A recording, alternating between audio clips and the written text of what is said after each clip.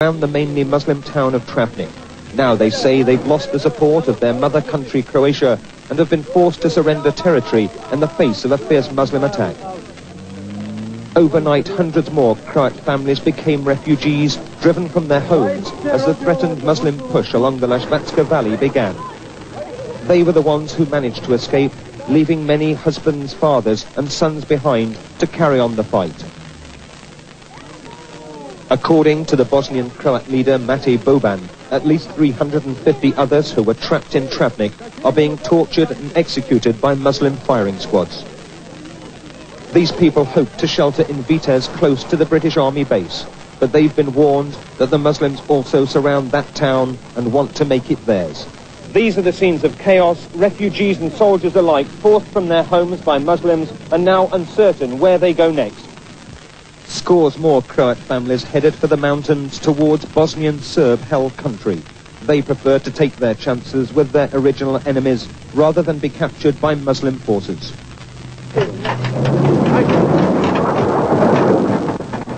This family was stopped in its tracks by the sound of a rocket. Turn back, they were told. In their confusion, they were heading towards Muslim lines. Where they'll find safety, nobody knows. The British Army commander confirmed that the battle for Travnik was over, but the war goes on. The Muslims occupy most of the town. The Croat population, some of them have stayed in their homes, unfortunately not very few, because they're obviously very scared, but large numbers of them have moved north and are now sheltering in the woods on the side of the Vlasic feature. This was just one of thousands of victims. She told us, "My home's been burned and I've lost my son." Terry Lloyd, ITN, Central Bosnia. Pa ne bih rado govorila o uzrocima sukoba. Naime, iz Srednje Bosne su već mjesec dana stizali alarmantni pozivi kako je tamo stanje za Hrvate vrlo, vrlo loše. Međutim, očito niko to nije slušao sve do ove krajnje situacije kada su sukobi eskalirali, kada su Hrvati morali pobjeći.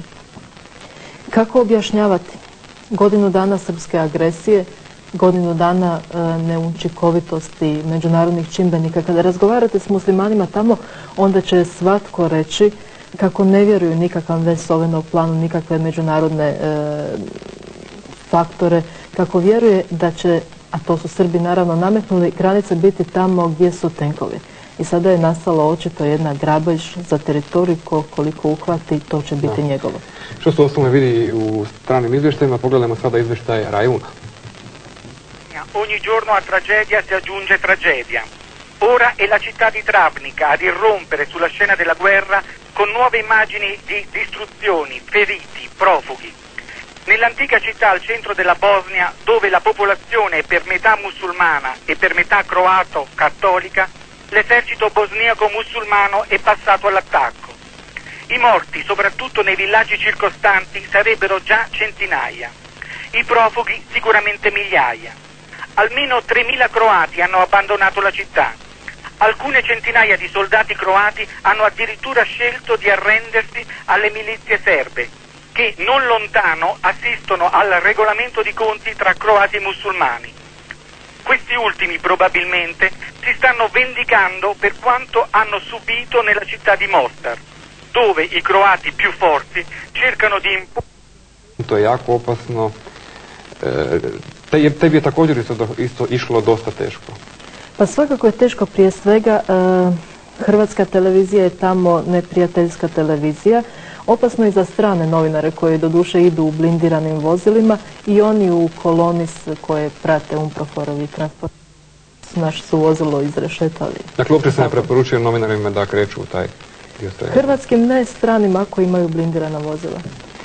Dobro, jako dobro iz Bosne izvještava Sky. Do sada su uglavnom bili kritični prema Hrvatima u svojim izvještajima. Sad se nešto promijenilo. Pogledajmo izvještaj Travnika kolege Martina Branta. More villages have fallen to Muslim forces in the hills around Travnik, and refugees in their hundreds are flooding down into the valley. They said at least 2 more Croat villages were overrun. Many headed for a school building near Vitez, but there's room there for only a few of them. They can't stay here. We don't have water. In Travnik they breaking the water. Croat soldiers are leaving too, outnumbered and weary after 4 days of heavy fighting. This man escaped from Guča Gora.